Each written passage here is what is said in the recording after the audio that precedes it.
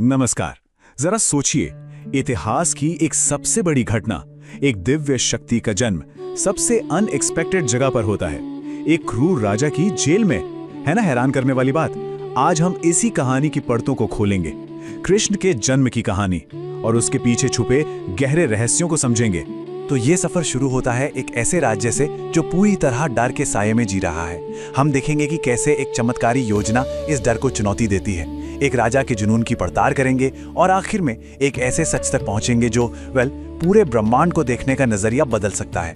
तो चलिए शुरू करते हैं। देखिए, हर बड़ी कहानी की शुरुआत एक बड़ी समस्या से होती है ना? और हमारी कहानी की समस्या है राजा कंस का जालिम राज। बात यह है कि कंस सिर्फ एक राजा नहीं था, वो एक मास्टर रणनीतिकार था। उसने अपनी ताकत बढ़ाने के लिए क्या किया? उसने उस दौर के सबसे खतरनाक, सबसे भयानक राक्षसी राजाओं के साथ गठबंधन कर लिया। मतलब उसकी शक्ति की नींव ही डर पर रखी थी। और ये कोई छोटा मोटा गठबंधन नहीं था। जैसा कि हम देख सकते हैं, प्रलंब, वक, चाणूर, ये सब बड़े नाम थे। कंस ने एक ऐसा शक्तिशाली नेटवर्क बनाया था जो पूरे देश में फैला था, और इसी वजह से वो उस समय का सबसे ताकतवर और सबसे खौफनाक शासक बन गया था। कंस के इस आतंक का सबसे बड़ा निशाना कौन बना? यदुवंश, यानी कृष्ण का होने वाला परिवार। उन्हें अपने ही घर से, अपनी ही जमीन से भागने पर मजबूर कर दिया गया। सोचिए, वो अलग अलग राज्यों में बिखर गए, कुछ को तो पहाड़ों की गुफाओं में जाके छिपना पड़ा। ये एक पूरे वंश को जड़ से उखाड़ फेंकने की एक बहुत ही क्रूर कोशिश थी। लेकिन कहते हैं ना, जहां अंधेरा सबसे घना होता है, उम्मीद की किरण भी वहीं से निकलती है। तो इस जुल्म और आतंक के बीच पर्दे के पीछे एक गुप्त, एक दिव्य योजना आकार ले रही थी। तो अब सबसे बड़ा सवाल ये था, देवकी 7वीं बार मां बनने वाली थी और कंस वो पहले ही उनके 6 बच्चों को मार चुका था। तो इस बार इस बच्चे को कैसे बचाया जाए, ये एक नामुमकिन सी स्थिति थी। और ऐसी नामुमकिन स्थिति को संभालने के लिए किसी विशेष शक्ति की जरूरत थी, और यहीं प्रवेश होता है योग माया का। योग माया कौन है? वो दिव्य शक्ति जो भौतिक दुनिया के नियमों से परे काम कर सकती है। कृष्ण ने ये अविश्वसनीय मिशन उन्हीं को सौंपा। और ये कोई साधारण योजना नहीं थी, ये एक बहुचरणीय, बहुत ही जटिल मिशन था। और इसके केंद्र में था एक ऐसा चमत्कार जिसके बारे में कोई सोच भी नहीं सकता था। एक अजन्मे बच्चे का स्थानांतरण एक गर्भ से दूसरे गर्भ में, और उस बच्चे को नाम मिला बलराम। देखिए, ये नाम बहुत महत्वपूर्ण है। यहाँ बल का मतलब शारीरिक ताकत नहीं है, इसका मतलब है आध्यात्मिक शक्ति, और राम का मतलब है परम आनंद की अवस्था। तो ये नाम हमें क्या बताता है?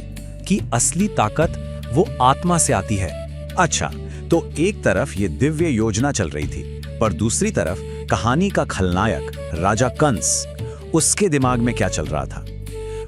उसका डर अब एक जुनून में बदल चुका था। जब कंस ने अपनी बहन देवकी को दोबारा गर्भवती देखा तो वो हैरान रह गया। उनके चेहरे पर एक ऐसी अलौकिक चमक, एक ऐसी दिव्य सुंदरता थी जो उसने पहले कभी नहीं देखी थी। और वो फौरन समझ गया कि उसका कातिल, जिसकी भविष्यवाणी हुई थी, आ चुका है। अब उसके मन में देवकी को मारने का ख्याल तो आया, पर यह कोई दया नहीं थी जिसने उसे रोका। नहीं, ये एक ठंडा स्वार्थी हिसाब किताब था। उसे अपनी जान से ज्यादा अपनी प्रतिष्ठा की, अपनी विरासत की फिक्र थी, और इसी डर ने, इसी हिसाब ने उसके हाथ रोक दिए। और यहीं पर एक बहुत ही गहरा दार्शनिक बिंदु सामने आता है। सोचिए, कंस का दिमाग भी 24 घंटे कृष्ण में ही डूबा हुआ था, पर कैसे? नफरत के साथ, एक दुश्मन के तौर पर। यह एक भक्त की चेतना का बिल्कुल उल्टा है, जो प्यार और भक्ति से भरी होती है। तो अब कहानी जमीन से उठकर ब्रह्मांडीय स्तर पर पहुंच जाती है। जेल की दीवारों से निकलकर पूरे ब्रह्मांड में देवता खुद उस अजन्मे बच्चे के सामने आते हैं। क्यों? ताकि इस घटना का असली गहरा मतलब बता सकें। और उनकी पहली प्रार्थना में वो उस अजन्मे बच्चे को क्या कहते हैं? सत्यम परम, यानी परम निरपेक्ष सत्य। मतलब वो परम सत्य जो भूत, वर्तमान और भविष्य से परे है। वो स्रोत जिससे सब कुछ निकलता है और जिसमें सब कुछ वापस समा जाता है। इस बात को समझाने के लिए एक बहुत शक्तिशाली रूपक का इस्तेमाल किया गया है। ये जो भौतिक दुनिया है, ये एक पेड़ की तरह है। इसकी जड़ें क्या हैं? प्रकृति के 3 गुण, सत्व, रज और तम, और इसके फल सुख और दुख। इस पेड़ पर दो पंछी हैं, एक हम जीवात्मा जो फल खा रहे हैं और दूसरा परमात्मा जो सिर्फ देख रहा है, एक साक्षी है। मतलब ये दुनिया अस्थायी है, असली सच नहीं। तो अब देवता आगे बताते हैं कि इस परम सत्य तक पहुंचने के दो रास्ते हैं और कोई कौन सा रास्ता चुनता है यही उसका अंतिम भाग्य तय करेगा। देखिए, एक रास्ता है निराकारवादी का, जो भौतिक अस्तित्व को नकारने की कोशिश करता है, किसी शून्य पर ध्यान करता है। वो कुछ देर के लिए ऊपर उठता तो है पर वापस इसी दुनिया में आ गिरता है। और दूसरा रास्ता है भक्त का, जो भगवान के रूप को अपनाता है, उनके साथ एक प्रेमपूर्ण रिश्ता बनाता है। ये रास्ता ये पूरी तरह सुरक्षित है, ये अज्ञान के सागर को पार करा देता है। और यही वो वादा है जो भक्ति के रास्ते पर चलने वालों को मिलता है। भगवत गीता में ये साफ कहा गया है, मेरे भक्तों का कभी नाश नहीं होता। मतलब वो हमेशा दिव्य सुरक्षा में रहते हैं, हमेशा। तो सवाल ये उठता है कि आखिर कृष्ण इस दुनिया में आए ही क्यों? चलिए अब हम इस कहानी के अंतिम और सबसे महत्वपूर्ण हिस्से पर चलते हैं, जो उनके आने का असली उद्देश्य बताता है। देखिए, कृष्ण का एक इंसान जैसे रूप में आना ये उनकी कोई सीमा नहीं है। असल में ये उनके सच्चे, शाश्वत और दिव्य स्वभाव का प्रदर्शन है। उनका रूप शुद्ध सत्व है, मतलब शुद्ध आध्यात्मिक अच्छाई, जो किसी भी भौतिक तत्व से नहीं बना। तो देवता इस नतीजे पर पहुंचते हैं कि राक्षसों को मारना भगवान के आने का मुख्य कारण नहीं है।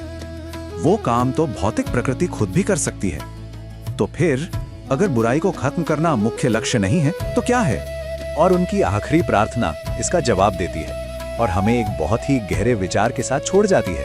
वो कहते हैं कि भगवान आनंदमयी लीलाओं के लिए आते हैं। तो जरा सोचिए, क्या हो अगर अस्तित्व का अंतिम कारण दिव्य खेल हो? कोई संघर्ष नहीं, कोई युद्ध नहीं, बल्कि दिव्य प्रेम और आनंद का एक खेल। क्या हो अगर अस्तित्व का अंतिम कारण दिव्य लीला हो?